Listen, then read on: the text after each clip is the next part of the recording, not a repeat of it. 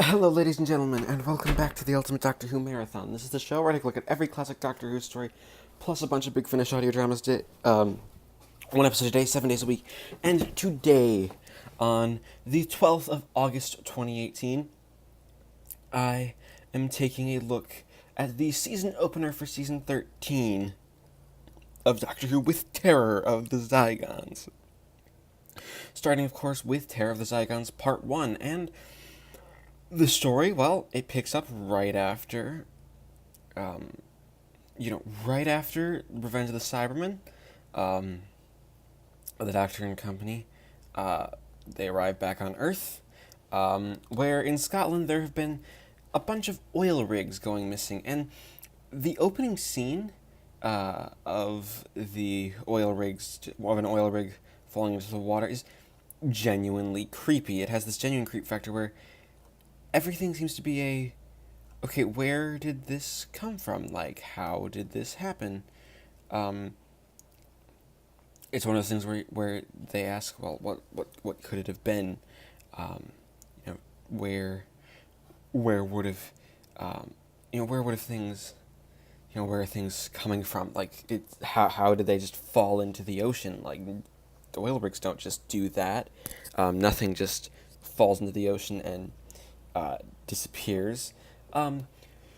So you have the logical conclusion of, okay, what do we do now? Like, you have the doctor. So you have the unit called in. They call the doctor back to Earth. Something that does give, a good chance for, for the story to have, some consequences. It's one where, the doctor has, the consequence, like, the doctor comes, and, well, they don't know what's going on. They know that something's going on here that's, not quite human, but they don't connect it to aliens yet. They have a lot. They have a lot of, they have a lot of, stories the stories being built together as, okay, they have the stories building to something, but they don't have everything, like, and things only get weirder when they send Harry to investigate, and he gets attacked and put in the hospital, in a very, very creepy scene. Like, there are a lot of really solid, creepy scenes. Like, there's a lot, there's a lot done, there's a lot done with, that, just being, not only being creepy, but also just, the direction of the story is good. Douglas Camfield came back, after his lengthy hiatus in directing, for two more stories. This story and then a story at the end of the story at the end of the season, and it's really well done. Like, you get the real fear that, there's something going on here, something very, very sinister, and that sinister nature of the story really shines through. And this first episode does have some problems, mainly that it doesn't really get to the action very quickly. It's very much a, it's very much a, we've started the action, but we aren't, we don't have, the action completely, put together. Like, it's, the action's there.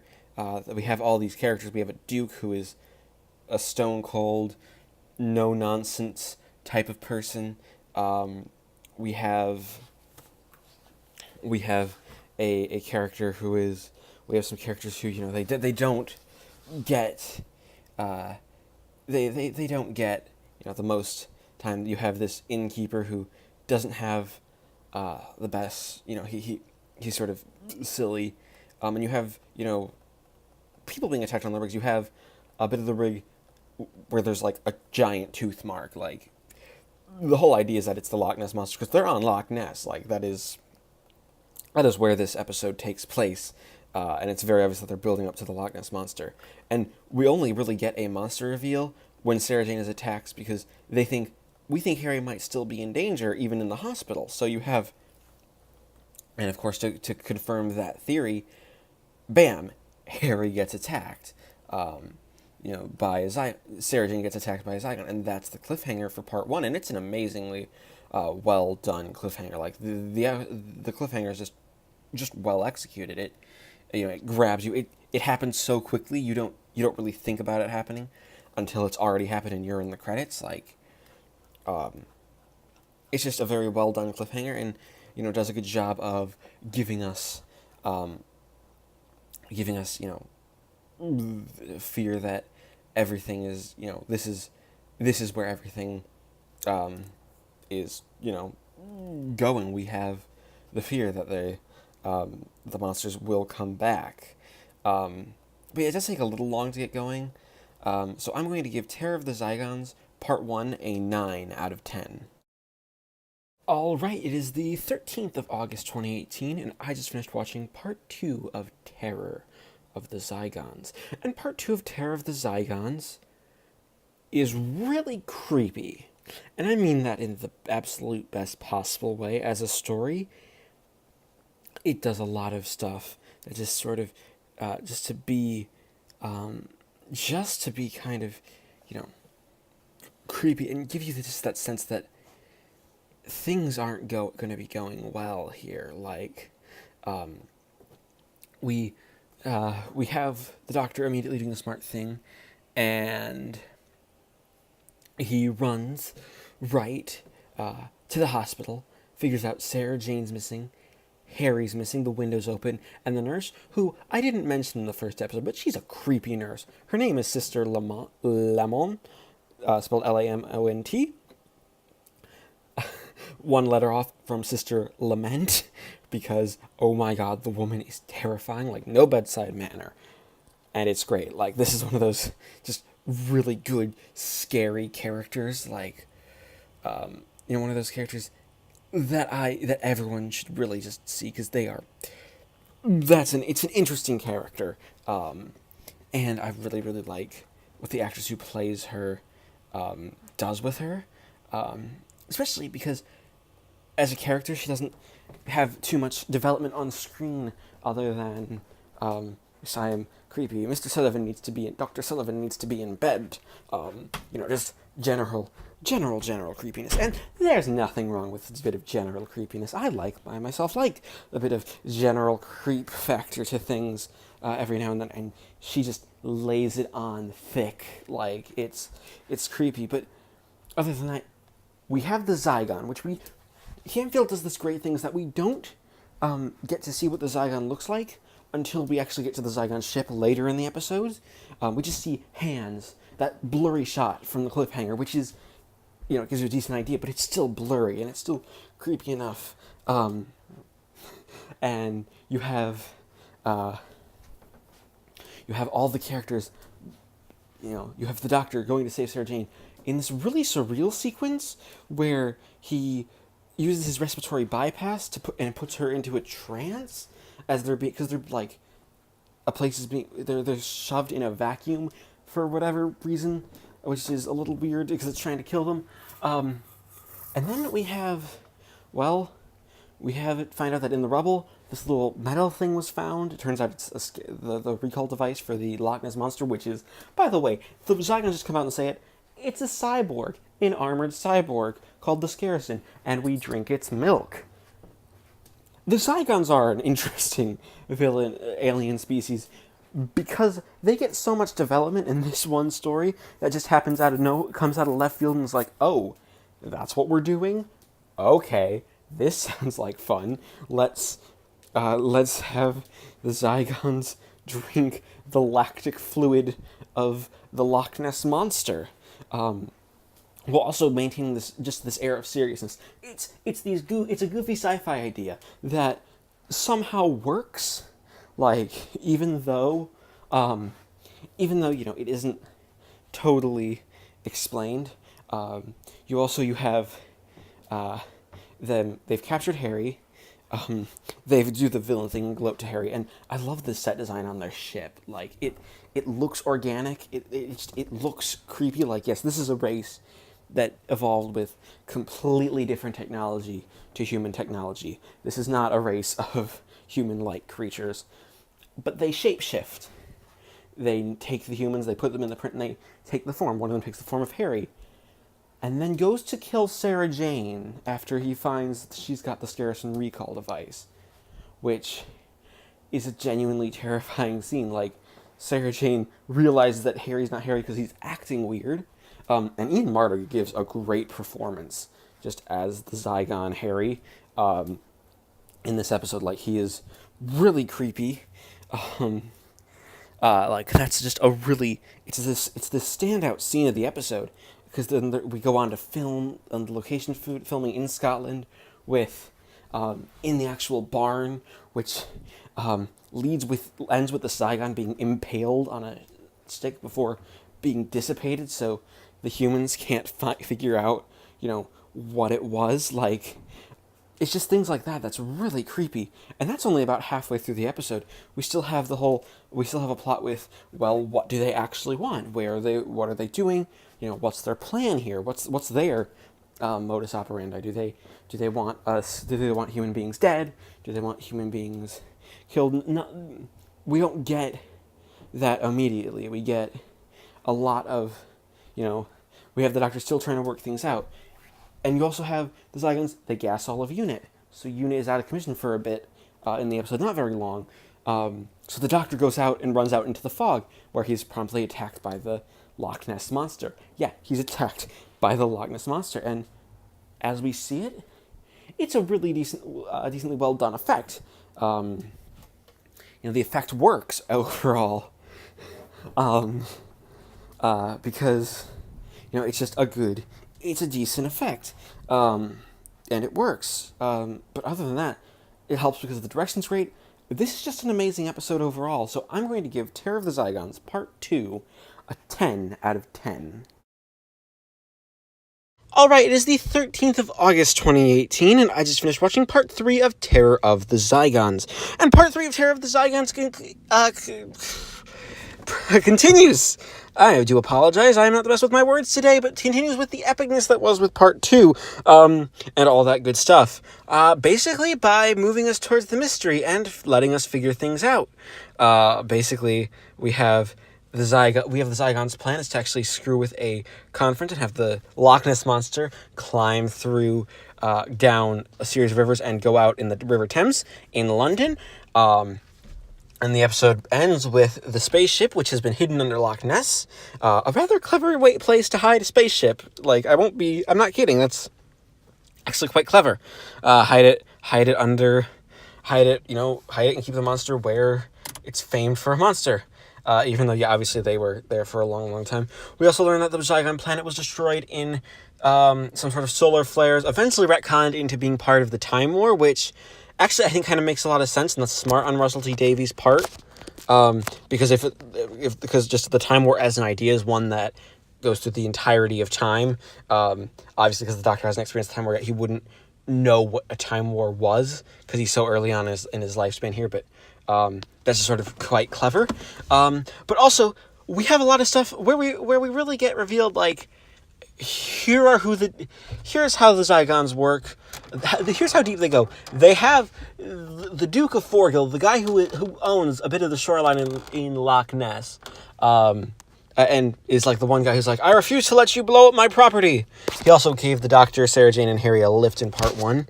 He's also a Zygon, like a path down to Loch Ness, and where the Zygon ship is hidden is in his house. An idea that is actually really good. Like, the third episode takes place as like a sort of a gothic house, a gothic horror mystery. Like, we're in a big house. Sarah Jane's studying the history because it's like, well, I'm going to do something productive. I'm going to try to figure something out to help you guys, because that's my role. That's why I really like Sarah Jane, is that she's like Joe Grant before her and Liz Shaw. And even Zoe and Jamie. not as much Victoria, because Victoria was more girl out of time. She's being the one to I'm trying to find some way to help figure things out. I'm not just sitting passive, though we haven't really had many sitting passive companions just at all. That's what I like about just classic Who companions in general. You also have this comedy innkeeper from the first episode, who I didn't mention. He's got a comedy Scottish accent, which I can't replicate. I'm sorry. I'm not a good person when it comes to I'm not good when it comes to accents. But he has this comedy Scottish accent, and he figures out that the deer head that was given to him by a gift by the Duke of Forgill actually has a secret camera hidden in the eye. So he gets knocked out because of that from the Zygons, because, well, you can't have this comedy landlord spoiling our plans. Also, I should have mentioned, the Doctor's been in a kilt he's been in, like, Scottish garb this whole time, and the Brigadier also wore a kilt. Just two little just details that I find hilarious and just sort of add so much to their characters, because just you have, like, it's like they're trying to blend in, even though there's, like, how can they blend in? Your unit, you don't have, you're not here to blend in, you're here to be military and try to get things done. You also have the Saracen, like, completely explained that, again, it's a cyborg, it's been what's keeping them alive. Like, kill the Saracen, you will you'll not quite get it. Like, it's one of those really clever ideas, like just giving the story a full feeling, and it's really well done.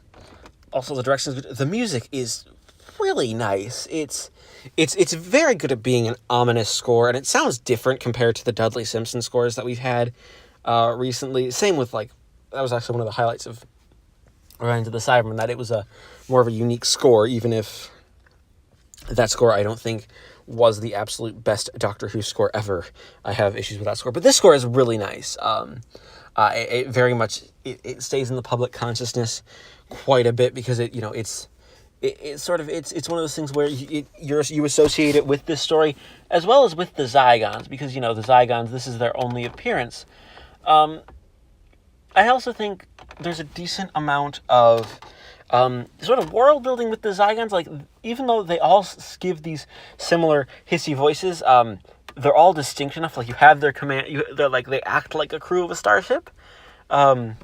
Even though they're obviously the villains, they're decently well developed for the villains, and that's something that I think Robert Banks-Stewart did a really solid job on, just developing, getting his villains to be, feel like they were a crew overall, like everyone has their place in job description. So yeah, that's really all I have to say about Terror of the Zygons Part 3. Overall, it's a really brilliant episode. I'm going to give Terror of the Zygons Part 3 another 10 out of 10. Alright, it is the 14th of August 2018, and I just finished watching Part 4 of Terror of the Zygons. In Part 4 of Terror of the Zygons, that's where the effects sort of fall apart. You have the Zygons sending the Saracen down, basically so they can be, and themselves down in their spaceship so they can, be defeated. You have more investigations of the Duke's house, and it's the Saracen that really fails. It's not the best puppet work, and if I'm going to be brutally honest, it doesn't look nice. That doesn't really take away from the story. The story is excellent, and again, music and direction have all been great. Like, I'm just repeating myself. There isn't much more really to go into. And the story is good. You have some really interesting thoughts for the Zygons. So essentially, the Zygons that are here, they're an advanced force. They're here so they can get the planet ready for the rest of the Zygons to show up. Basically, they're expecting, their entire race to come and, be fruitful and have, a chance at survival. And, that makes sense. Like, you would, of course, the Doctor would be one to want the race. But the Doctor's immediate reaction is that they can't, because they're going to enslave the entire human race and terraform the Earth. So it's, suitable to their style of living. Which is kind of an interesting statement to say on refugees. And it's interesting parallels with the rather lackluster two-parter from Series 9 of the revived series. Again, the Zygon story, the Zygon inversion, and the Zygon invasion, the Zygon invasion and the Zygon inversion, which was essentially supposed to be a real-life analog to refugees. Now, I'm not sure if this refugee analog here was in response to anything at the time. I'm not sure if there was like a refugee influx in the mid 1970s to the UK, but it's an interesting sort of concept that the story that the episode takes. That it's like, hey, we're taking a step that, hey, the Doctor even offers like, yeah, we can find you a planet, but no, they want this planet. This is their planet. Like, there's nothing. And there's really nothing the Doctor can do about it. It's, except, of course, defeat them. And, of course, he does. And every wrong is righted. And then, because they go down to London. It's funny because they go down to London. Then they go back up to Loch Ness, so the Doctor can take the TARDIS and go off on adventures. He says he's going right back to London, but let's be honest, he's not actually going to London. We're going on more adventures because this is Doctor Who, and that's what the Doctor Who does. That being said, it's extremely well done. We also lose Harry Sullivan as a companion. That's when he decides, yeah, I'm staying behind, and because there's no real reason for me to keep going, and the production team didn't really deal with him. And that's about it. It's just a solid episode. So I'm going to give Terror of the Zygons Part 4 a 9 out of 10. And we average the score to give Terror of the Zygons a final score of 9.5 out of 10. Thank you, everybody, for watching this episode of the Ultimate Doctor Who Marathon. Please leave a like, comment, and subscribe if you haven't already. And I will be back next time. We take a look at the next classic Doctor Who story, Planet of Evil.